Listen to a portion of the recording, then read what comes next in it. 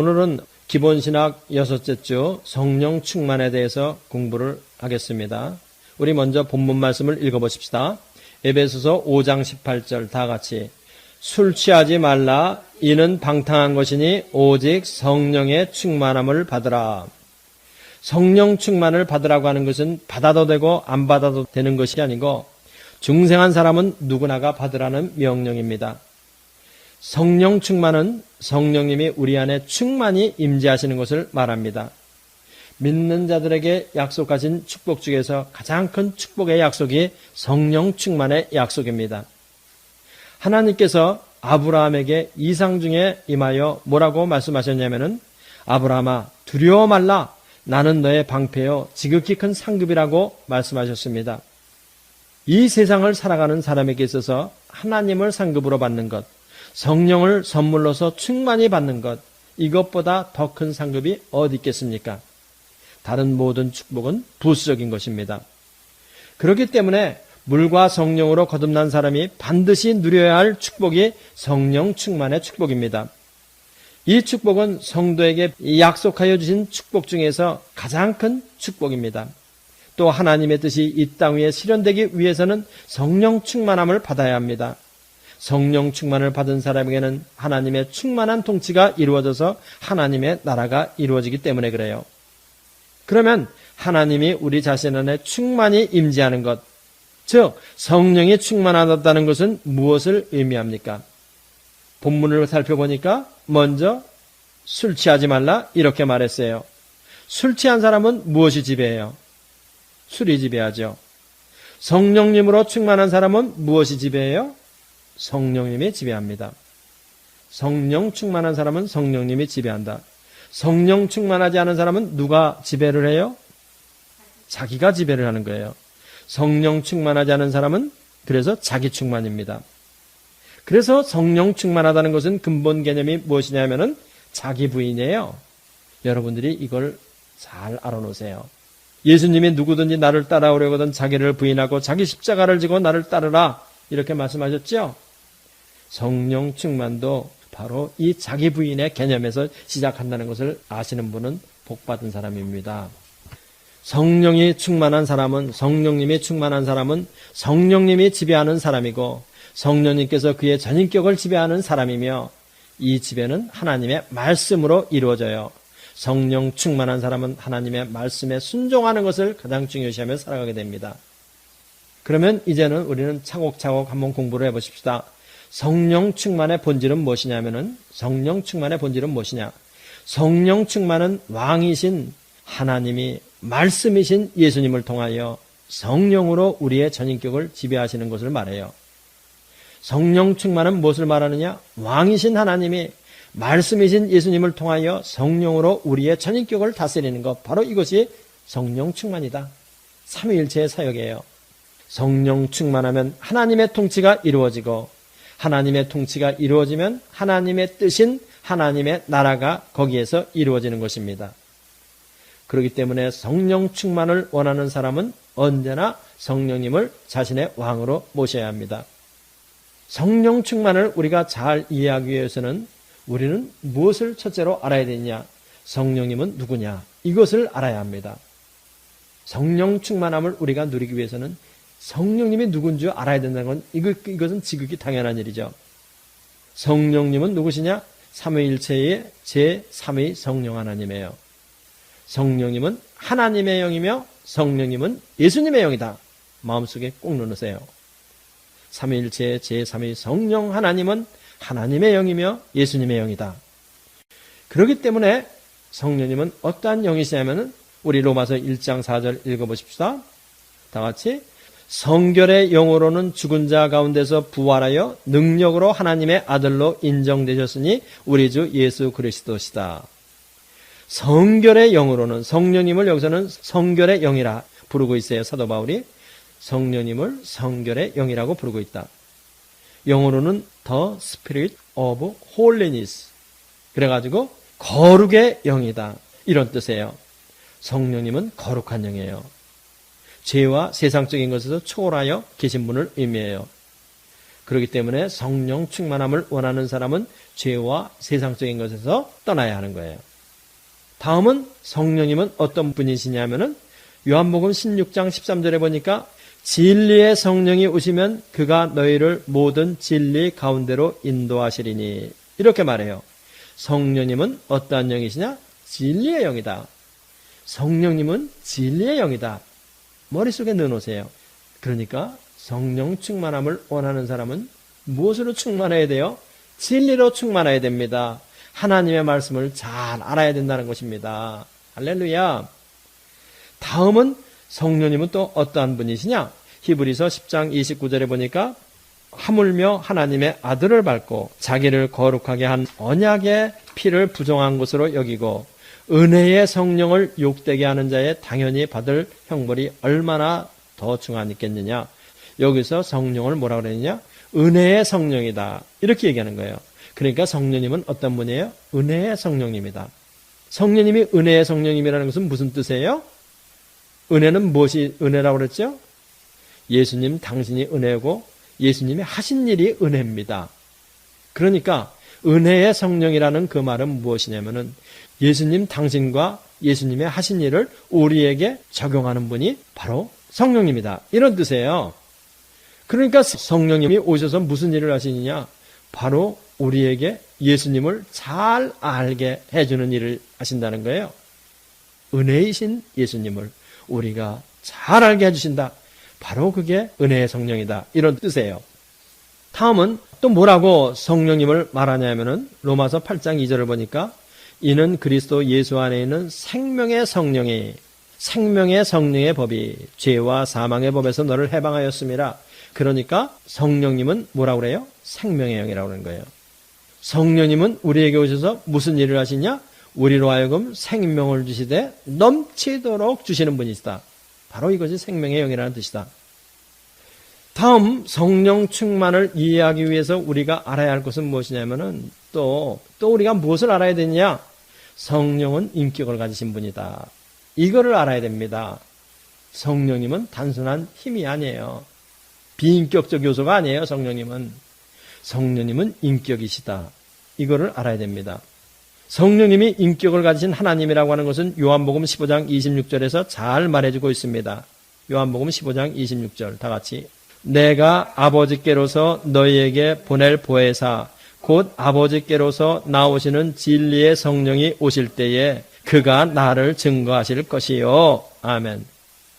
여기 보니까 예수님께서 보혜사 성령님을 뭐라고 얘기를 하냐면 그가 나를 증거하실 것이요.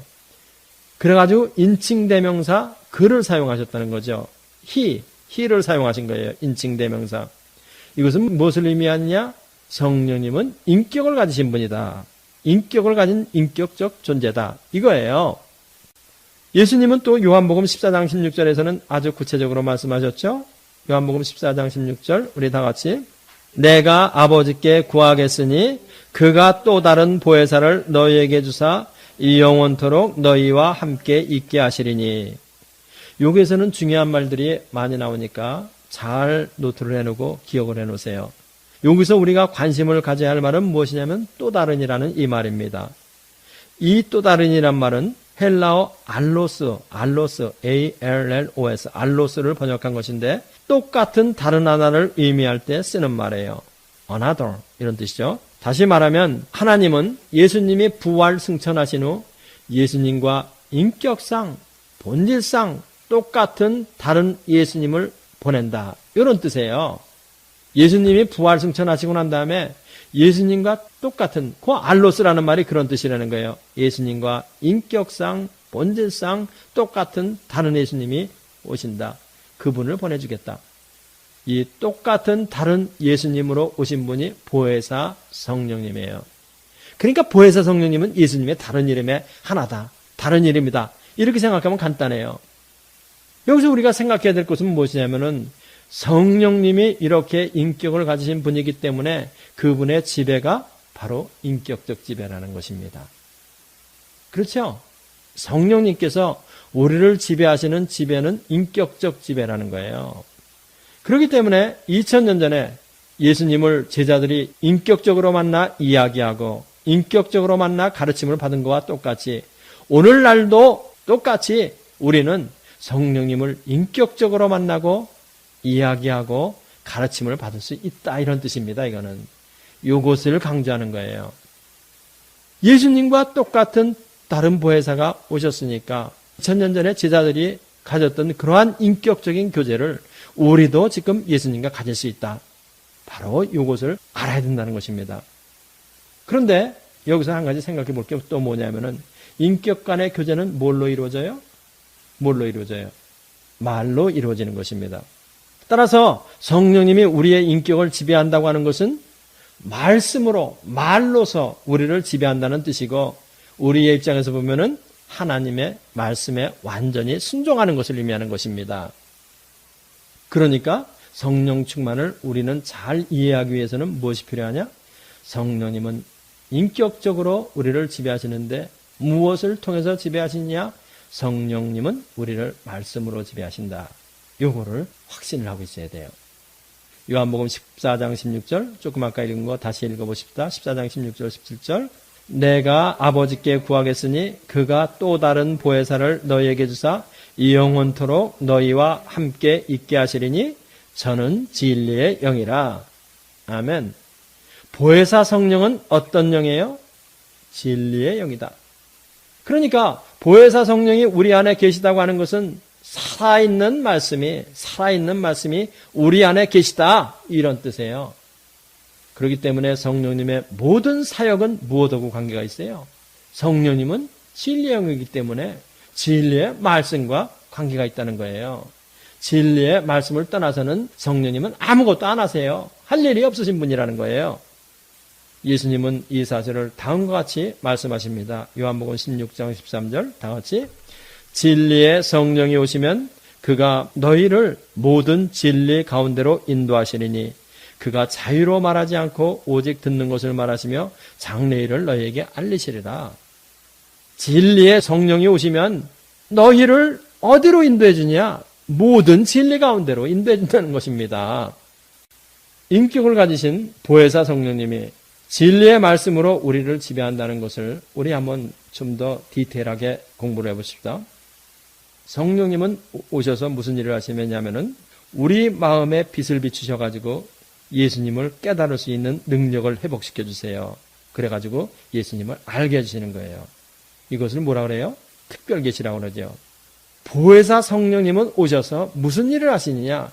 특별계시인데 이것이 바로 예수님을 알게 해주신다는 거예요. 예수님을 깨닫게 해준다는 거야. 그래서 요한복음 14장 26절을 보니까 뭐라고 돼 있어? 거기 있어요. 보혜사 곧 아버지께서 내 이름으로 보내실 성령 그가 너희에게 모든 것을 가르치시고 내가 너희에게 말한 모든 것을 생각나게 하시리라. 예수님을 생각나게 하고 예수님이 말씀하신 걸 가르쳐 준다는 거야.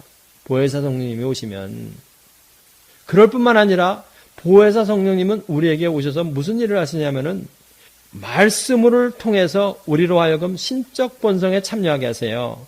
그래가지고 예수님의 인격이 우리 안에 이루어지게 하는 것입니다. 그러니까 우리가 말씀으로 우리를 지배하신다, 말씀으로 우리를 다스리신다, 말씀으로 모든 일을 하신다. 그 말은 뭐냐면 지금 말하는 것이 다 들어있어요. 특별 계시를 해주신다. 그 다음에 말씀이 우리로 하여금 신적 본성에 참여하게 하는 일, 예수님의 인격이 우리 안에서 이루어지게 하는 그 일을 하신다는 거야. 베드로후서 1장 4절 우리 다 같이 이로써 그 보배롭고 지극히 큰 약속을 우리에게 주사 이 약속으로 말미암아 너희로 정욕을 인하여 세상에서 썩어질 것을 피하여 신의 성품에 참여하는 자가 되게 하려 하였으니. 아멘. 그러니까 하나님의 말씀이 우리 안에 들어오시면 무슨 일을 하시느냐? 어떻게 우리를 지배하시느냐? 어떻게 우리에게 왕으로 계시게 되느냐? 우리로 하여금 자꾸 하나님의 말씀이 우리를 변화시켜가지고 신적 본성에 참여하게 한다. 예수님의 성품을 우리가 갖도록 이렇게 자꾸 변화시킨다는 거야. 그 살아있는 말씀이 이게 바로 뭐예요? 예수님이 우리를 다스리시는 거예요. 이것이 바로 예수님이 우리를 지배하시는 거예요. 성령님이 우리를 다스리시고 성령님이 우리를 지배하시고 성령님이 우리의 왕이 되셨다는 거예요. 이게 딴 게 아니에요. 그럴 뿐만 아니라 또 성령님은 하나님의 말씀을 우리의 생활에 적용을 시키세요. 우리의 삶의 생활의 원리가 되게 하신다는 겁니다. 마태복음 7장 24절 다 같이 그러므로 누구든지 나의 이 말을 듣고 행하는 자는 그 집을 반석 위에 지은 지혜로운 사람과 같으리니 이 말을 듣고 행하게 하는 자 우리 안에서 누구냐면 그게 바로 성령님이 하신단 말입니다. 살아계신 성령님, 살아있는 말씀을 가지고 우리로 하여금 반석 위에 우리의 집을 짓도록 하신다. 반석 위에 짓는다는 것은 무엇이에요? 하나님의 말씀 위에 우리 집을 짓게 하신다는 거야. 그러니까 성령님을 따라서 성령님을 왕으로 사는 사람은 무엇을 따라서 자기의 집을 지어야 되느냐? 하나님의 말씀으로 집을 지으면 그것이 바로 성령님이 말씀을 가지고 우리를 지배하시는 것이다. 그것이 바로 성령 충만이다. 이렇게 이해를 하려는 것입니다. 우리의 삶 전체에 하나님의 지배가 이루어지게 하신다는 것입니다. 성령으로 살고 성령으로 행하게 하십니다. 이렇게 됨으로 말미암아 하나님의 말씀이 우리의 전인격과 삶을 지배하는 성령의 왕적 통치가 이루어지는 것입니다. 이것이 바로 성령 충만이에요. 그 다음 성령 충만을 우리가 잘 이해하기 위해서는 또 우리가 무엇을 알아야 되느냐? 성령님과 우리의 관계가 어떤 관계냐? 요거를 잘 알아야 돼요. 많은 사람들이 성령님을 자기의 모습이나 종으로 하는 사람들이 참 많죠. 그런데 그거는 성령님과 우리의 관계 모르는 사람이에요. 성령님은 왕이시고 우리는 종입니다. 성령님은 주님이시고 우리는 종입니다. 하나님과 우리의 관계를 성경은 뭐라고 가르쳐주고 있냐면은 하나님은 주인이시고 우리는 청지기의 관계로서 설정하셨어요. 하나님은 주인이시고 우리는 하나님의 집에서 청지기로 있음을 잘 깨달아야 됩니다. 이것이 창세기에 1장부터 그렇게 나와 있어요. 하나님은 만물을 다 지으신 후 아담에게 그것에 대한 관리권을 주시면서 명령하셨어요. 창세기 1장 28절 하나님이 그들에게 복을 주시며 그들에게 이르시되 생육하고 번성하여 땅에 충만하라 땅을 정복하라 바다의 고기와 공중의 새와 땅에 움직이는 모든 생물을 다스리라 하시니라. 여기 보면 하나님이 아담에게 소유권을 주지 않았어요. 관리권만 줬어요. 바로 하나님과 아담의 관계는 주인과 청지기의 관계입니다. 그런데 청지기는 뭐예요? 종입니다. 종이긴 하지만 청지기는 어떤 종을 의미하는 것이냐면은 주인의 살림 재반사를 맡아 관리하는 종이 바로 청지기예요. 그러니까 청지기의 사명은 뭐냐? 주인의 뜻을 먼저 잘 헤아려 가지고 그 다음에 주인을 위해서 일하는 사람이 스스로 일하는 사람이 청지기예요. 바로 이것이 성령 충만한 삶의 원리다. 요거를 깨달으시라는 겁니다. 성령 충만한 삶의 원리라는 것은 결국은 무엇이냐? 바로 요거라는 겁니다. 하나님은 주인이시고 우리는 청지기다. 청지기로서 우리는 어떻게 해야 될 것이냐? 주인의 뜻을 먼저 잘 헤아려라. 그 다음에 주인을 위하여 스스로 일해라. 그래서 사도 바울은 뭐라고 얘기했어요? 내게 능력 주시는 자 안에서 내가 모든 일을 할 수 있느니라.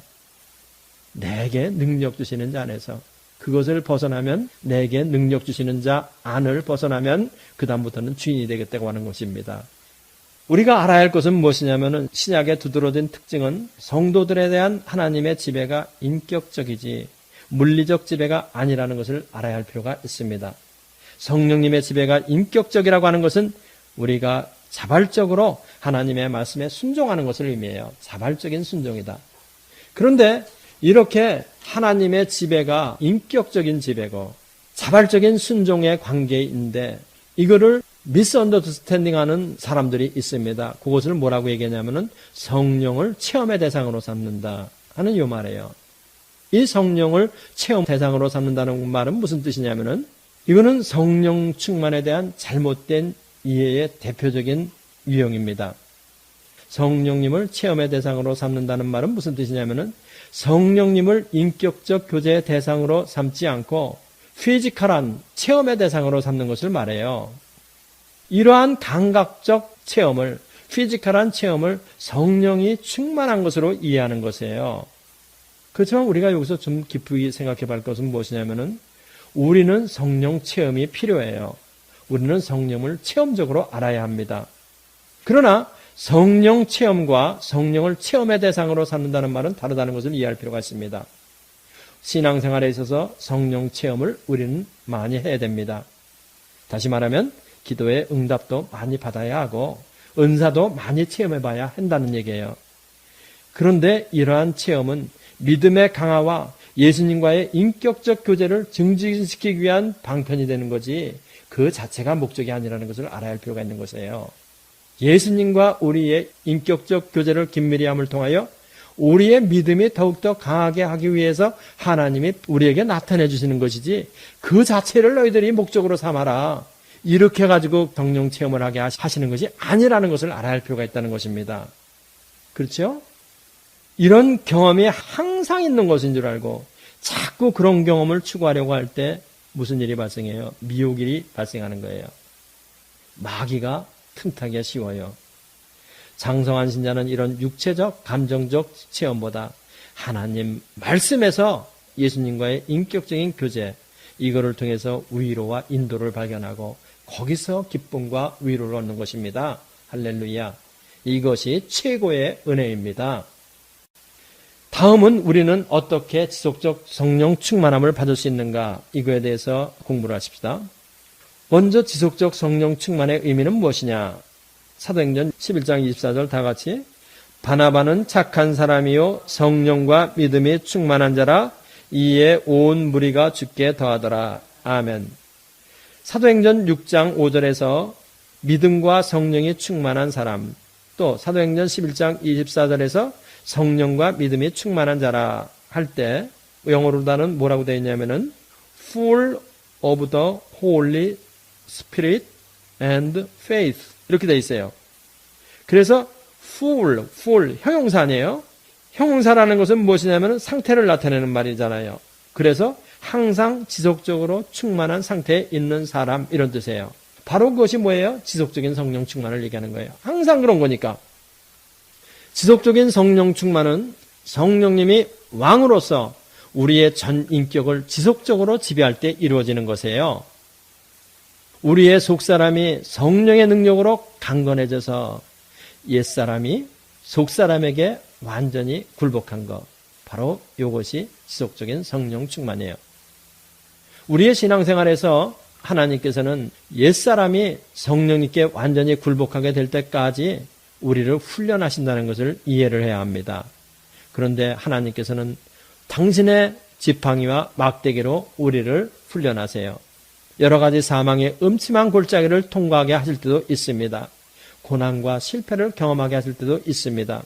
그러면서 하나님은 왜 우리로 하여금 그러한 고난과 실패, 음침한 사망의 골짜기를 다니게 하시는 것이냐면은 하나님만을 의지해야 산다는 것을 알게 하기 위해서 우리를 끊임없이 훈련하시고 가르치시고 인도해 가신다는 거예요. 그러니까 목적이 무엇이냐? 너 이제는 하나님만 의지해라. 그것만이 내가 살 길이다. 손을 번쩍 들고 나오게 만들시기 위하여 우리 하나님은 우리로 하여금 그러한 길을 가도록 하신다 이런 뜻이에요. 이것은 사도나 우리나 다 똑같습니다. 바울 사도가 뭐라고 고백했느냐? 고린도후서 1장 8절로 10절. 형제들아 우리가 아시아에서 당한 환난을 너희가 알지 못하기를 원치 아니하노니 힘이 지나도록 심한 고생을 받아 살 소망까지 끊어지고 우리 마음에 사형 선고를 받은 줄 알았으니 이는 우리로 자기를 의뢰하지 말고 오직 죽은 자를 다시 살리시는 하나님만 의뢰하게 하려 하심이라. 그가 이같이 큰 사망에서 우리를 건지셨고 또 건지시리라. 사도 바울이 뭐라고 고백해요? 이는 우리로 자기를 의뢰하지 말고 오직 죽은 자를 다시 살리시는 하나님만 의뢰하기 위해서 이렇게 사도 바울로 하여금 심한 환난을 통과하게 하셨다 하는 이런 고백입니다. 옛사람이 자신의 왕권을 내놓고 성령님께 100% 맡길 때, 그래서 성령님이 100% 왕권을 행사할 때 지속적인 성령 충만이 계속되는 것입니다. 우리의 속사람이 100% 왕권을 행사하기 시작할 때 지속적인 성령 충만이 이루어지는 거예요. 성령님의 충만한 임재가 그 사람 안에 있게 됩니다. 그런데 지속적인 성령 충만을 이해하고 지속적인 성령 충만을 누리기 원하는 사람은 일시적인 충만, 이거를 꼭 이해를 해야 돼요. 일시적인 충만. 일시적인 충만이라는 것은 무엇이냐면은 성령님의 충만한 체험이 지속적이 아니고 어떤 때는 충만했다가 약화되고 다시 강화되고 하면서 이런 단절적인 일시적 충만함을 말해요. 단절적 일시적 충만함. 어떤 때는 믿음이 충만해지고 말씀에 순종하면서 하나님의 뜻대로 살 수 있다는 확신으로 가득 찰 때도 있어요.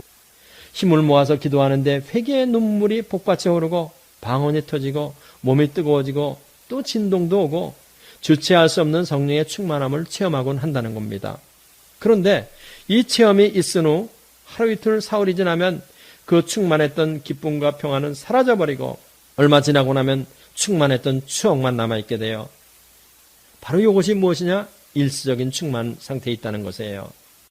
마음은 다시 은혜를 사모하는 마음으로 가득 차게 되죠. 이럴 때 어디서부터 자기 자신이 그 성령 충만을 잃어버렸는가 회개하고 성령 충만을 사모하면서 기도하면 다시 충만한 상태에 들어가게 됩니다. 그런데 이것은 지극히 당연한 것이라는 것을 이해하는 것이 필요하다는 것입니다. 지속적 성령 충만으로 가기 위해서 이것은 반드시 지나가야 할 과정이다. 왜 그러냐? 어린아이가 한 번에 벌떡 일어서가지고 일평생 서서 다니는 아이가 없듯이 우리의 성령 충만도 어떠한 과정을 거치게 되냐면은 일시적 충만을 끊임없이 반복하면서 지속적 성령 충만으로 들어간다는 거예요. 이것은 지극히 정상적인 과정이라는 것을 아시고 언제나 자기 자신을 뒤돌아보면서 어디서 자신이 은혜를 잃어버렸는가 회개하면서 다시 사모하고 다시 받고 이러면서 지속적인 성령 충만으로 점진적으로 들어가게 된다는 것을 이해하는 게 필요하다는 것입니다. 그런데 이렇게 일시적인 충만을 반복하는 본질적인 문제는 무엇이냐? 바로 옛사람 때문에 그렇다는 것입니다. 이것이 옛사람. 우리가 여태까지 공부했다시피 우리의 타락한 옛사람은 무엇으로 가득 차 있냐면 독립성과 무위탁성으로 가득 차 있습니다. 예수님을 영접하고 중생하였다 할지라도 이 타락한 옛사람의 근성인 독립성과 무위탁성은 여전히 강한 힘을 가지고 우리로 하여금 하나님의 말씀과 성령의 인도에 순종하는 것을 방해하고 자신의 뜻대로 살던 옛 습관에 따라 살도록 자꾸 잡아 끄는 겁니다. 우리가 일적인 충만함을 받았다가 다시 마음이 답답해지고 컬컬해지는 이유는 무엇이냐? 마음의 기쁨이 사라지는 것은 무엇이냐? 바로 성령님께서 왕의 위치에서 점점 밀려나시게 되시고 옛사람이 다시 우리의 인격을 지배하기 시작하니까 무엇이 다가와요? 우리 마음이 컬컬해지면서 성령님이 주시던 감격과 기쁨이 사라져가는 것입니다. 그런데 이 옛사람이 자신에 대한 왕권을 놓고 성령님이 완전히 지배하게 되면 그 다음부터는 지속적인 충만이 온다는 거야.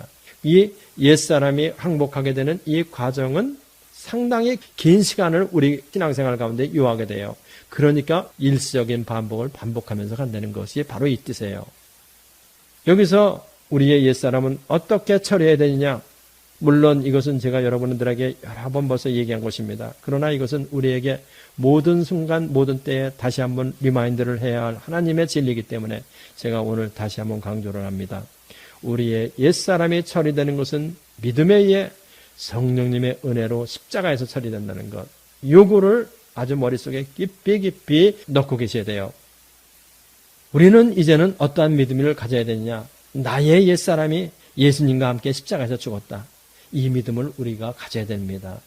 나의 옛사람이 십자가에서 예수님과 함께 죽고 장사되었다. 이 믿음이 우리에겐 필요한 거예요. 그래서 로마서 6장 6절에서 사도 바울이 뭐라고 고백하고 있냐면은 우리가 알거니와 우리의 옛사람이 예수와 함께 십자가에 못 박힌 것은 죄의 몸이 멸하여 다시는 우리가 죄에게 종노릇하지 아니하려 함이니 우리 옛사람이 예수와 함께 십자가에 못 박혔다. 왜 그랬냐? 이제는 다시는 죄에게 종노릇하지 아니하게 하려고 옛사람을 통해서 역사하는 죄, 그 죄에게 종노릇하지 않게 하려고 옛사람이 십자가에서 예수님과 함께 죽었다는 거예요. 우리 이 믿음이 필요한 거예요. 사도 바울은 나중에 지속적 성령 충만의 상태를 무엇이라고 얘기를 하고 있냐면은 내가 그리스도와 함께 십자가에 못 박혔나니 내가 그리스도와 함께 십자가에 못 박혔다. 나의 옛사람이 그리스도와 함께 십자가에 못 박혔나니 그런즉 이제는 내가 산 것이 아니요 내 옛사람이 사는 것이 아니요 내 안에 그리스도가 사신 것이라. 내 안에서 누가 사는 것이냐? 그리스도가 산다. 누가 사는 것이냐? 성령님이 산다. 어떻게 사는 것이냐? 속사람으로 산다. 이것이 바로 지속적 성령 충만의 극치인 것입니다. 우리로 하여금 죄를 짓게 하고 성령의 인도에 따라 사는 것을 방해하던 옛사람이 예수님과 함께 십자가에 죽고 우리 안에 그리스도가 우리와 함께 사시니 우리가 이제는 성령 충만한 삶을 살 수 있게 된 것입니다. 옛것은 지나가고 새것이 된 것이에요. 성령으로 살고 성령으로 행할 수 있게 된 것입니다. 어떻게? 지속적 성령 충만함을 받음으로 말미암아. 오늘은 여기까지 공부하십시다. 다 같이 기도하십시다. 할렐루야. 우리 아버지 감사합니다. 성령 충만, 우리에게 여태까지 쭉 이렇게 말씀을 가르치시고 인도하시고 우리를 이끌어신 그 이유가 우리로 하여금 성령 충만한 삶을 살게 하시기 위함인 줄 우리가 믿습니다. 더욱더 우리 안에 성령님 충만하게 역사하셔서 예수님을 아는 지혜가 더욱더 충만하게 만들어주시고 옛사람이 십자가에 못 박히고 그리스도께서 다시 사는 이 믿음이 더욱더 충만해져서 우리가 지속적 성령 충만을 가지고 승리하는 저희들이 다 될 수 있도록 축복하여 주옵소서. 믿습니다. 예수님의 이름으로 기도합나이다. 다음 공부는 파트 B에서 계속됩니다.